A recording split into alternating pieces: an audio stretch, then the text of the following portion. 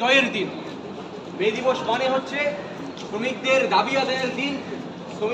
মে দিবস মানে হচ্ছে শোষণের অবসানের দিন। কিন্তু শোষণের অবসান হয় না, শোষণের অবসান হয়নি, আর তাই আজকে মে দিবস অতটাই প্রাসঙ্গিক। আমি যখন এই কথা বলছি তখন আমরা দাঁড়িয়ে আছি হাইকোর্টের আইনজীবীরা, হাইকোর্টের কর্মচারীরা। আমাদের দেশ স্বাধীন হয়েছে 1947 সালে।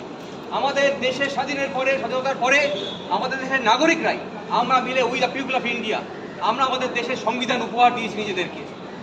আর যখন সংবিধান রচনা হয়েছে তখন সচেতনভাবে যারা আমাদের সংবিধানের প্রণেতা তারা আর্টিকেল 23 মতো একটা প্রভিশন আমাদেরকে উপহার দিয়েছে। কেন করতে হয়েছিল? কারণ যেদিনকে সংবিধান রচনা হয়েছিল সেদিনও আমাদের মাথায় ছিল যে এই ধরনের শোষণ হয়ে আসছে, ঐতিহাসিক প্রেক্ষাপট আমাদের মাথায় ছিল।